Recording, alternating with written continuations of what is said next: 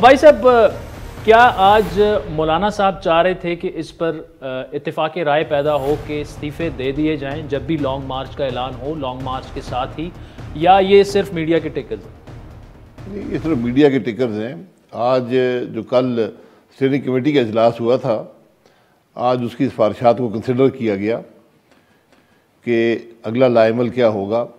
P D M اقتدار کی حصول کا راستہ نہیں ہے، سب سے پہلی بات یہ سمجھنے کی ہے۔ یہ اقتدار کی جنگ نہیں ہے، کوئی سودا کر کے اقتدار میں آنے والی بات نہیں ہے۔ وہ اگر کرنا ہوتا تو بہت پہلے ہو چکا ہوتا۔ یہ بات ہے ملک کے مسائل کے مستقل حل کی، اور وہ حل ہے آئین کے اندر۔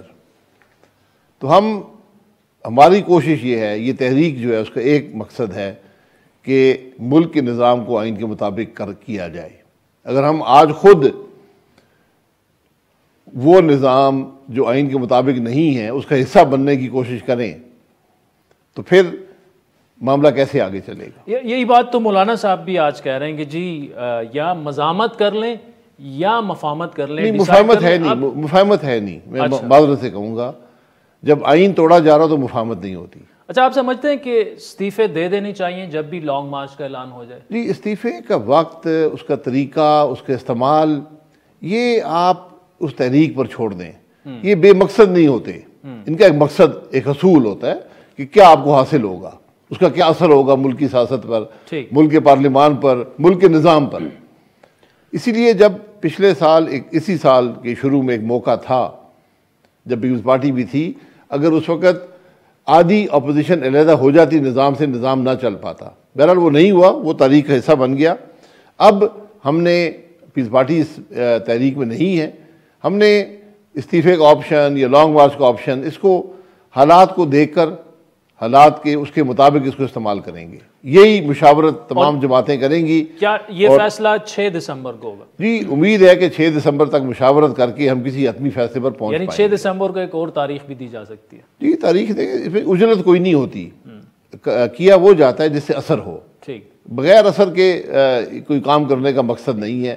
اس کے نقصانات، فوائد سب دیکھے جاتے ہیں۔ عمران خان کی 35 رکنی اپوزیشن، 35 لوگ تھے ان میں، وہ کیوں لگ رہا ہے کہ وہ زیادہ حاوی ہے پی ڈی ایم پہ؟ جو جس طرح کے انہوں نے جلسے جلوس اور دھرنے انہوں نے دیے، اور عوام کی جو وہ بات کرتے تھے، بات آپ بھی کرتے ہیں لیکن اس طرح عمل، جلسے جلوس، حساب کتاب، کوئی کچھ بھی نظر نہیں آ رہا۔ آپ جانتے ہیں اس کا جواب، مجھ سے سوال کر رہے ہیں، کیونکہ جس طرح آج حکومت حقیقی نہیں ہے، یہ ایک مصنوعی حکومت ہے جو اسٹیبلشمنٹ کی سپورٹ سے قائم کی گئی تھی، اس طرح وہ جو اپوزیشن تھی وہ بھی اسٹیبلشمنٹ سپورٹ کی اپوزیشن تھی۔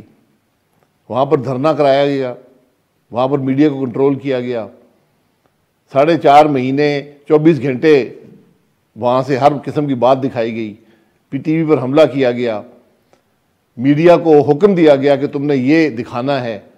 آج میڈیا کو حکم دیا جاتا ہے کہ اپوزیشن کی بات نہیں دکھانی، فلانا ایونٹ نہیں دکھانا۔ ابھی بھی احکامات آ رہے ہیں، اب تو جادوئی تاریخ گزر گئی، اب تو تاریخ کا کوئی مقصد نہیں ہے۔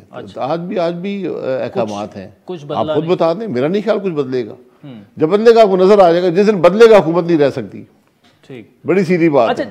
چیئرمین سینٹ تو اپوزیشن جو ہے اپنا کام کر رہی ہے، پارلیمانی نظام میں اپوزیشن یہی کرتی ہے، خرابی کی نشاندہی کرتی ہے، ان کی وجوہات بیان کرتی ہے اور حل دیتی ہے۔ اور ہم نے وجہ جو ہے ملک کی، آج جو ملک کی بدنامی ہو رہی ہے، جو مہنگائی ہے، جو عوام تکلیف میں ہیں، جو غربت ہے، جو معیشت تباہ ہے، اس کا صرف ایک وجہ ہے، اور وہ 2018 کے الیکشن کی چوری ہے۔ اس کا واحد حل ہے کہ آج ملک میں فوری اور شفاف الیکشن کرائیں، اس کا اور کوئی راستہ ہے نہیں۔ اچھا، اس کے لیے آپ کے پاس ایک وے فارورڈ بھی ہے نا، آپ سینٹ سے شروع کریں، نمبر گیم آپ کے پاس پوری ہے، سنجرانی صاحب کو گھر بھجوائیں۔ میرے بھائی، سنجرانی صاحب کو گھر بھجوانا مقصود نہیں ہے یہاں پر۔ میں یہی کہا، جس ملک کا نظام آئین کے مطابق نہ چل رہا ہو اس میں آپ کیا کر لیں گے؟ آپ کے سامنے ہوا ہے نا، ایک ہفتہ حکومت کے پاس اکثریت نہیں تھی جوائنٹ سٹنگ میں، 5 دن بعد اکثریت ہو گئی۔ یہ وہ کرشمے ہیں جو اس ملک میں پیدا ہوتے ہیں، یہ ٹیلی فون کا اثر ہے۔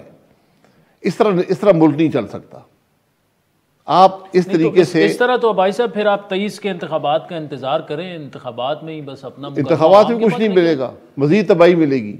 ہم یہی بات کر رہے ہیں. ہم انتخابات کا انتظار نہیں کر رہے. ہم تو حل دیا آپ کو کہ ملک کے آج مشکلات کا, عوام کی تکلیف کا واحد حل ہے کہ اس ملک کو پاکستان کی تاریخ کے پہلے حقیقی الیکشن دے دیں. ورنہ آپ 100 الیکشن کرا لیں, 23 میں کرا لیں, 28 میں کرا لیں, 33 میں کرا لیں, ملک مزید زوال پذیر ہوگا. اچھا, یہ جو کہا جا رہا ہے کہ جی آپریشن ٹارگٹ سنجرانی کا آغاز ہونے والا ہے, نون لیگ یہ چاہ رہی ہے, پیپلز پارٹی تھوڑا سا کترا رہی ہے, لیکن یہ ایک ٹیسٹ کیس ہوگا کہ جی دیکھیں کہ معاملات کتنے حد تک نیوٹرل ہو چکے ہیں, اور سنجرانی اگر گھر چلا جاتا ہے تو اس کے بعد پھر معاملہ ہی نہیں. یہ میرا جواب ان لوگوں کو ہے جو کہتے ہیں کہ عدم اعتماد مسئلے کا حل ہے. نہیں, ایسی کوئی تجویز ہے میرے پاس نہیں. میں تو ہمیشہ کہتا ہوں جس کو شوق ہے تو سب سے آسان ٹارگٹ سینٹ ہے, جہاں پر آپ کے پاس پتہ نہیں 54-55 ممبر ہونے چاہیے, اس کو آزما کے دیکھ لیں. آزمانا چاہیے آپ کے خیال میں؟ جی آزمانا چاہیے, نون لیگ کو آزمانا چاہیے, آگے بڑھنا چاہیے. دیکھیں اس کی آزمانا, میرے نزدیک آزمانا مقصد اس کا کوئی مقصد نہیں ہے. میں تو ان کو کہتا ہوں جو شوق, جو عدم اعتماد کی بات کرتے ہیں, کہ اپنا شوق پورا کر لیں, آپ کو نظر آ جائے کہ ملک کے حقائق کیا ہیں. دیکھیں ملک کا نظام اگر آئین کے مطابق نہیں ہوگا پھر عدم اعتماد کہاں سے آئین کے مطابق ہوگا؟ لیکن ابھائی صاحب, پارلیمان کے اندر تو یہ بتایا جاتا ہے کہ ساری اپوزیشن ایک پیج پہ ہے, اکٹھے ہیں, ہم جوائنٹ سیشن میں بھی ہم نے دیکھا, تو پھر سینٹ میں بھی اگر یہی معاملہ ہے, سینٹ میں اکٹھے ہیں, تو شہباز صاحب اور بلاول کو ایک ٹاسک دے دیں, اور وہ بھی پارلیمانی لیڈر وہ ہیں. میں نے ٹاسک نہیں دینا, وہ خود لیڈر ہیں, خود حالات کو سمجھتے ہیں. بطور اپوزیشن ان کو ایک ٹاسک دے دیا جائے. دیکھیں میں آپ کو یہی کہہ رہا ہوں کہ جس ملک کا نظام ہی آئین کے مطابق نہ ہو, آپ اس میں آئینی طریقے سے عدم اعتماد کیسے کریں گے؟ یہ ساری حقیقت ہے اس بات کی. ہر پیر سے جمعرات اپنے پسندیدہ شو لائیو ود عادل شاہ زیب کو یوٹیوب پر دیکھنے کے لیے ڈان نیوز کے آفیشیل یوٹیوب چینل پر آئیں اور سبسکرائب کر کے بیل آئیکن بھی پریس کریں.